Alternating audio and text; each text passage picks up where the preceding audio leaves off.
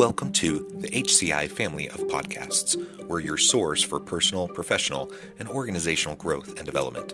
We share our own original research, explore industry trends, and interview executives and thought leaders from across the globe. Join us for practitioner-oriented content around all things leadership, HR, talent management, organizational development, and change management.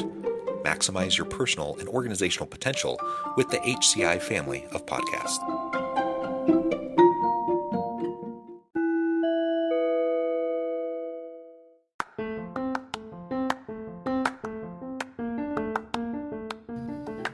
Welcome to the podcast. In this podcast episode, I talk with Candice Elliott about the intersection of health and work.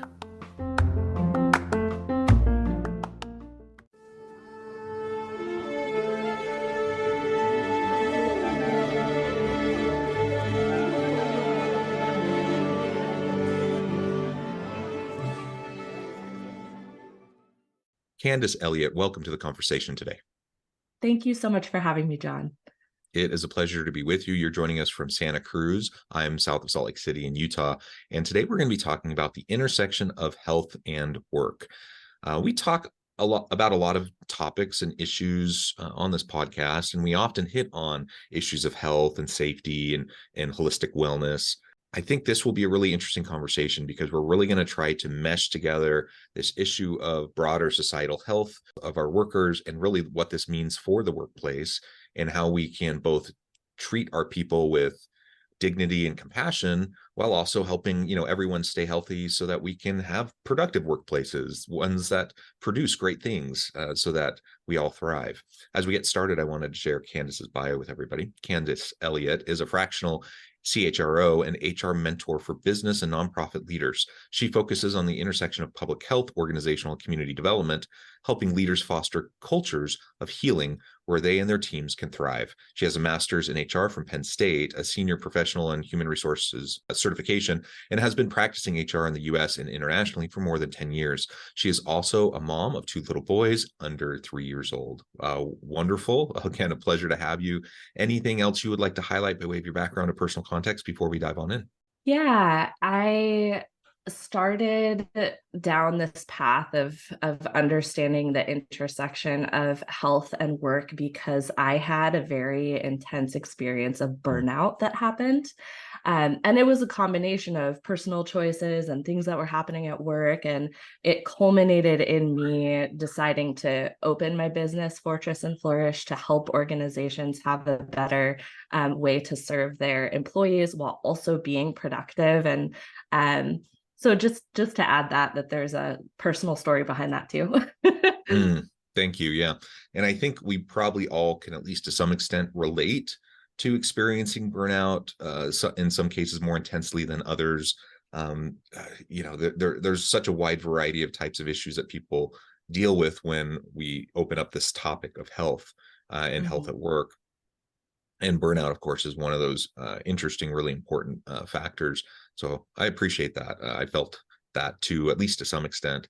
And it's a hard place to be, and it's a hard place to sometimes recover from, knowing you want to be there, you want to put your full effort in. It's something you used to be passionate about. You used to get excited to get up and go to work, and it's just not there anymore. It's a hard thing to turn around, or at least it really can be. Hopefully we can share some thoughts and ideas on how both workers and leaders within organizations can deal with these sorts of issues. All right, let's start with just kind of a general broad overview around the intersection of health and work. You explained why you're interested in it. Maybe paint a picture of the kind of the current landscape of the intersection of health and work. Yeah. So currently in the United States, about 6 out of every 10 people have some kind of chronic health issue. It's called the American Health Disadvantage. Actually, it was written about in a Surgeon General's report in 2021. So that's a physical health challenge that more than 50% of our population is dealing with. 4 out of 10 of us have more than one chronic health condition.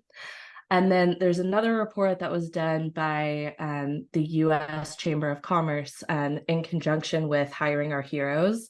And they looked into mental health and found that 80% of the workforce will have some kind of mental health crisis during their work life. And so that paired with us spending most of our waking hours working just kind of felt to me like, I really need to dig into this and learn more about how we can structure the workplace and what we can do in the workplace to help to address these societal issues that are happening right now. Yeah, and that's an important thing to note. Like, these are broader societal patterns. Now, the workplace contributes to this, right? And like you said, we spend most of our waking hours at work, or at least, the majority of us do. And so these are really important issues, but let's also remember that there are broader societal macro levers kind of at play here that are contributing to this. And we talk about a lot of different types of disadvantages. I like the healthcare, the chronic condition disadvantage in the US, because that's an important factor to consider. We often think about ourselves, in the US, we tend to get a little bit haughty about like how aggressive and forward we are and how we're the most productive and we're the most innovative. And, people like to talk about that in terms of the US economy and US business, but we have we have lots of issues. Like, let's not sugarcoat it. And this health issue and the health disadvantage is a significant one. And if we want to be able to move forward into a productive future, we're going to have to figure out how to deal with this. And again, recognizing that it's not all on business, it's not all on organizational leaders. There are much broader factors contributing to this, but there is a lot we can do to design good work and healthy work, and to help our people to feel needed, wanted, valued, and supported in the work that they do. One of the issues, I know it's especially got a lot of attention during the pandemic, was really, mental health generally, stress, anxiety, but also loneliness. So many people were socially isolated and didn't have a chance to interact with people, were working remotely. I felt it. I felt a lot of stress and anxiety, in part because I had, my wife and I both work, and we had 6 children, all homeschooling, and trying to like navigate all that. That was really hard. But what we didn't feel, to the extent that I think a lot of people felt, was that loneliness, because we had each other, we had our children, we were kind of our own little bubble, but we still had our people, right? But there were so many people that were kind of stuck in isolation. They didn't have that. They didn't have those typical outlets for human connection. And that causes all sorts of challenges and problems. And we see that has continued, even, we're past the pandemic and into the endemic stage. We're really still seeing the challenges of a lot of people who feel that intense loneliness. They don't feel the connection. Tell us a little bit more about that, how that relates to the US health disadvantage, and how employers could start to address that. Yeah. Well, I think there was a very interesting study that happened years ago, before the pandemic. It was called the Stable Scheduling Study, by Joan Williams, who's a professor at the University of California. And she went to all these Gap stores in San Francisco, and they instituted just some stable scheduling. So this was for hourly workers, but I think you can extrapolate it out for people who are exempt employees. And it is giving people control over their schedules and the ability to say when they are available to work and when they're not available to work. It also ensured that people would be able to switch shifts if they needed to. And so that had a lot of really important measurable health outcomes. So sleep becoming better by 6 to 8%, an increase of sales by 7%, and an increase of productivity of 5%. And so this is in retail, where the margin is very small. So those types of numbers are really, really significant. But I think too, when you get to the question of, loneliness. We sort of through the pandemic have had these big headlines about the workplace. It's like the great resignation is happening, quiet quitting is happening. And really, I think if you dig into the root cause of all of that, really has to do with connection and how work can be very transactional. And if a person is in a transactional work relationship, there's no incentive for them to stay, really. If it's simply just about how much a person can produce, and that's all it's about, then there's no reason for a person to stay at one company versus another. But if you have created an organization and a culture where people can actually have true and meaningful connections with one another, then people do tend to stick around, and they tend to be more involved in the work and more interested in their work and have the ability to go further in their careers. As I'm thinking about this, I'm a university professor first and foremost. I'm a department chair. So I have, I don't know, depending on the semester, 18 or so full-time faculty that report to me, and another 20 to 25 part-time faculty that report to me, plus some student employees and some staff. We work at a place with a lot of purpose. I think most people who are in higher education, especially today, given the challenges and the kind of the tough terrain in the landscape, societal landscape, and how higher ed is considered in a lot of parts of our society. People are there because they want to make an impact on students. They want to prepare the future workforce. There's a lot of really great meaning and purpose and intention behind it.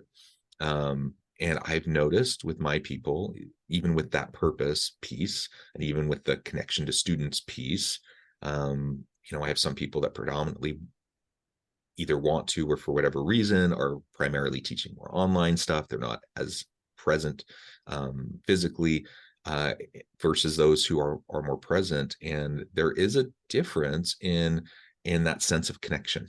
I think the purpose piece is probably still there for them, but that sense of connection I believe for many people is really diminished. And so I'm all for the, accessibility of remote and hybrid work, how that levels the playing field. It really is a great thing in a lot of ways from a diversity, equity, inclusion standpoint. It's a great thing that provides access and opportunity for people who otherwise may not, have as much opportunity. That's all wonderful. I do worry, though. I worry about, especially for younger career professionals, I worry about if they're getting the mentoring they need, if they're building the relationships that they need, and if they're feeling that sense of connection that's going to serve them not just now, but in the future. And with any hope, higher ed is a little bit different, but with any hope, we hire people and they stick around for a really long time. Like, our intention is to hire people who will then spend their career or most of their career with us. And so building those relationships, building that connection is so important. And again, my context is a little bit different in the higher ed setting than it is in a lot of other corporate spaces, but I see it. And if I see it where I'm at, it's got to be very prevalent in other places. Yeah, I think it's challenging to create that cultural ecosystem with a remote workforce. I think that there are a lot of tools that are available to help with that. But then, making sure that everyone's able to engage with those tools and with each other in a meaningful way is important as well. I'm a part of a few different online communities that are hosted in different kind of group settings, like Slack or Circle or these different places. And I think there is a way of having building those kinds of relationships, but it has to be made a priority, and there has to be a way for it to happen. Yeah, it has to be intentional. It's not just going to magically happen. Not that it magically happened before when everyone was together in person, but at least there was more of a chance of it happening kind of organically. So again, loneliness is a challenge. I mean, that can lead to all sorts of other health outcomes, and it really can impact other business outcomes, and certainly can lead to higher turnover and lower levels of productivity and collaboration and all those sorts of things. So we want healthy workers. We want people who are mentally healthy. We want people who feel connected, who feel like they are energized and excited to show up to work with great people they care about, people that they are, feel excited to work with. All that, I guess, is the ideal that we're shooting for. And we recognize that that's not always the reality. And so, we want to try to put things in place to help build that capacity within our teams to the extent possible. There still continues to be a stigma around mental illness. I am happy to say, from my own experience, at least in interacting with organizations, I feel like that stigma has been lessened significantly over the last 10, 15 plus years. So that's great. That's a win. But the stigma still persists. It's still there. And it's a challenge. So a lot of people, especially in more cutthroat types of work environments, they don't feel like they can be transparent about those sorts of issues. They feel like they have to hide it. They have to pretend. They have to smile it away, and that can really be a problem, because anytime someone is kind of living a lie or trying to put on a facade, it just takes up so much of your already depleted energy to be able to do that, which can lead to all sorts of other challenges. What do you think we can do as leaders to better support people through those difficult emotional situations that show up for them, whether it's at home, community, but either way, that they still bring it with them to work, or maybe it's happening at work. It's showing up at work with those things, and we can't separate people out from the different aspects of their life. How can we better support people who are dealing with those sorts of things and not re-stigmatize them or shame them, or in any way, create a hostile environment where people don't feel psychologically safe or able to share and seek support? Yeah, I think it even goes a step further in that some people don't even recognize that they might be dealing with a mental health challenge because of how much stigma there is against it still. And so one of the things that I work with my clients is just creating a little bit more space in everybody's schedule. Like, we want to make sure that everyone's productive, but it actually shows that there's better productivity if there is a little bit more wiggle room. So if your staff are in meetings every single day from 9 a.m. to 5 p.m. and they're working on the weekends, they're only going to be able to do that for so long, right? And I think that as leaders, we have really important goals and we have missions that we need to accomplish. And I work with a lot of nonprofit organizations, and there is this kind of like savior sort of mentality of like, I need to work harder because I'm doing this work that's so meaningful in the world. And so I think as a leader, just being able to downshift. I think we're really good as a society at upshifting, like shifting upward, going faster, doing more, but creating spaces where people can downshift, where they can settle a little bit, and creating space where people can come to you with difficult things that are going on and know and be able to trust you that you're going to support them, and that you're not going to create a bigger problem out of whatever it is, that they're not going to. I think a lot of people don't come forward with issues because they're afraid they're going to lose their jobs if they talk about it. So just communicating that people are safe, and that they can or not even losing a job, but that they're just going to be seen as damaged, and therefore they're not going to get the new assignments, or they're not going to get the opportunity for a promotion or whatever, right? There's like so many ways that someone could subtly be disadvantaged at work because they come forward with something that they're dealing with. And it may be with good intention, even. Like, I could totally see a scenario where someone comes forward to their boss, they feel safe enough to share, and then the boss, out of a sense of probably genuine compassion and desire to help this person, they try to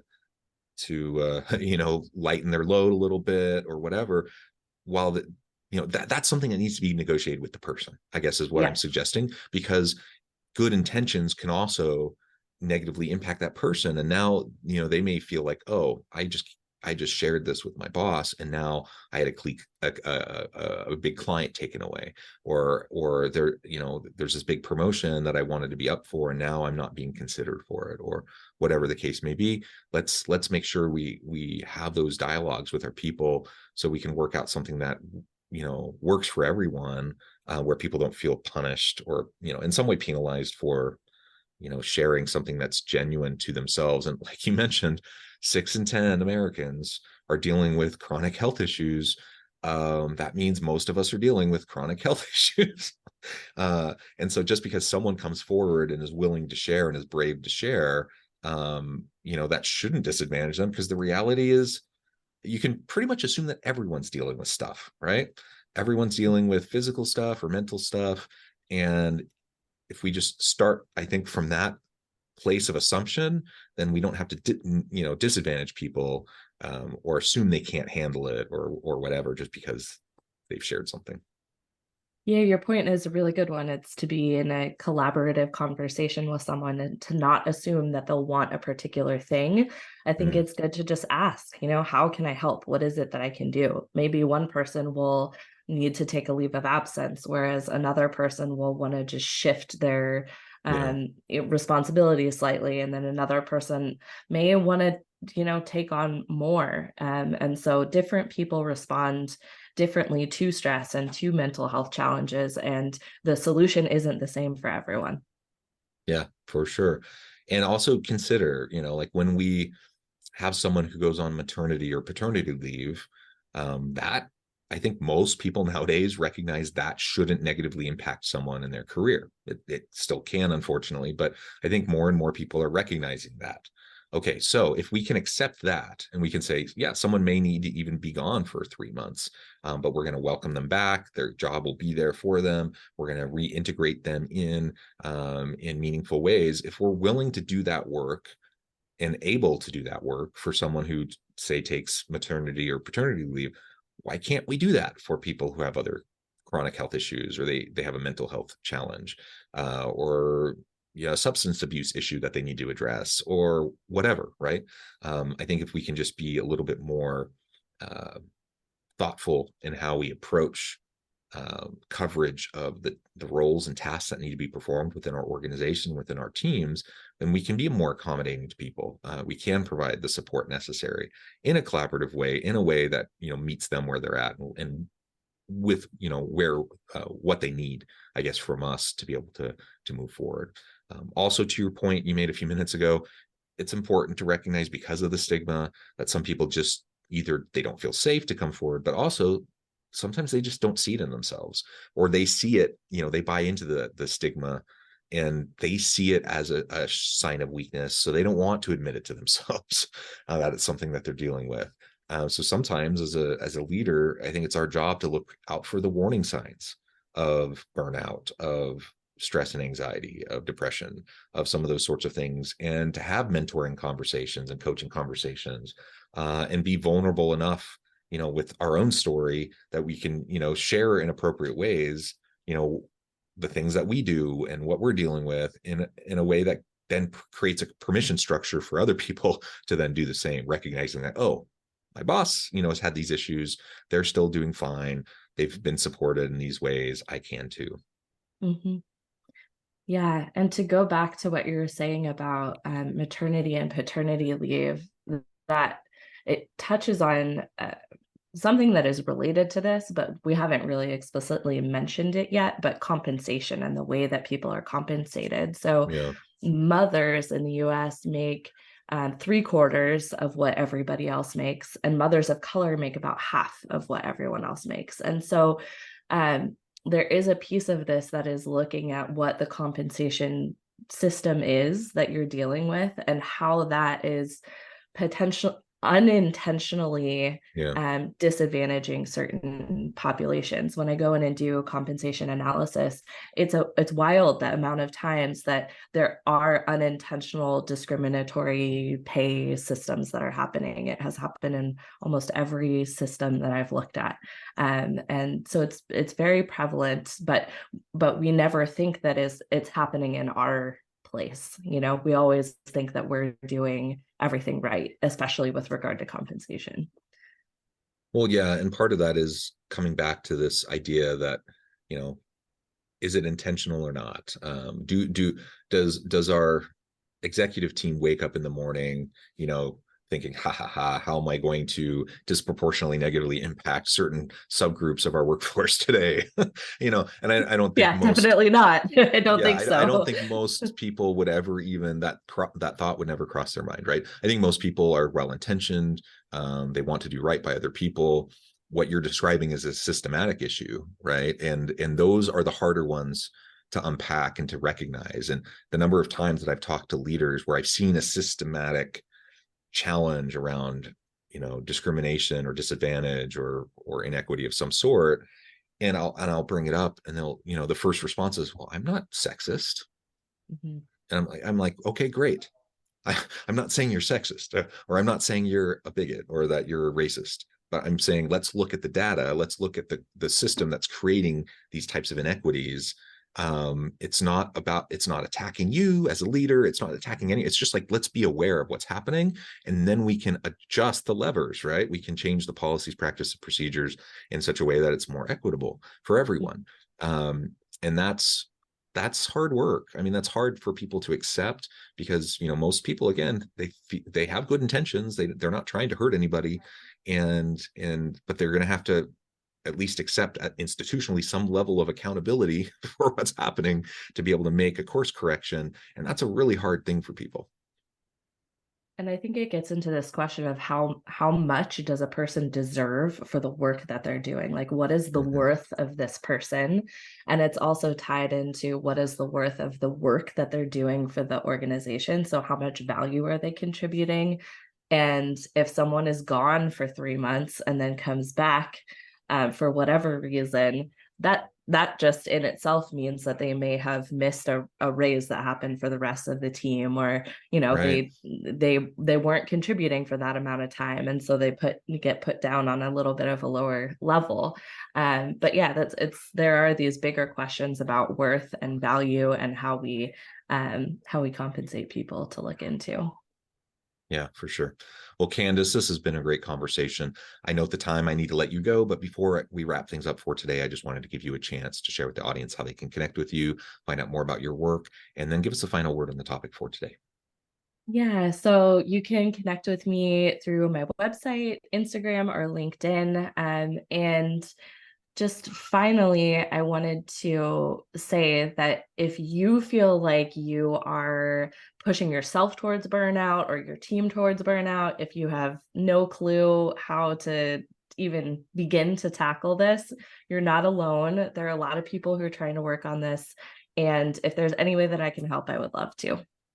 Thank you so much. It's been a pleasure. I encourage the audience to reach out, get connected, find out more about what Candice can do for you. And as always, I hope everyone can stay healthy and safe, that you can find meaning and purpose at work each and every day. And I hope you all have a great week.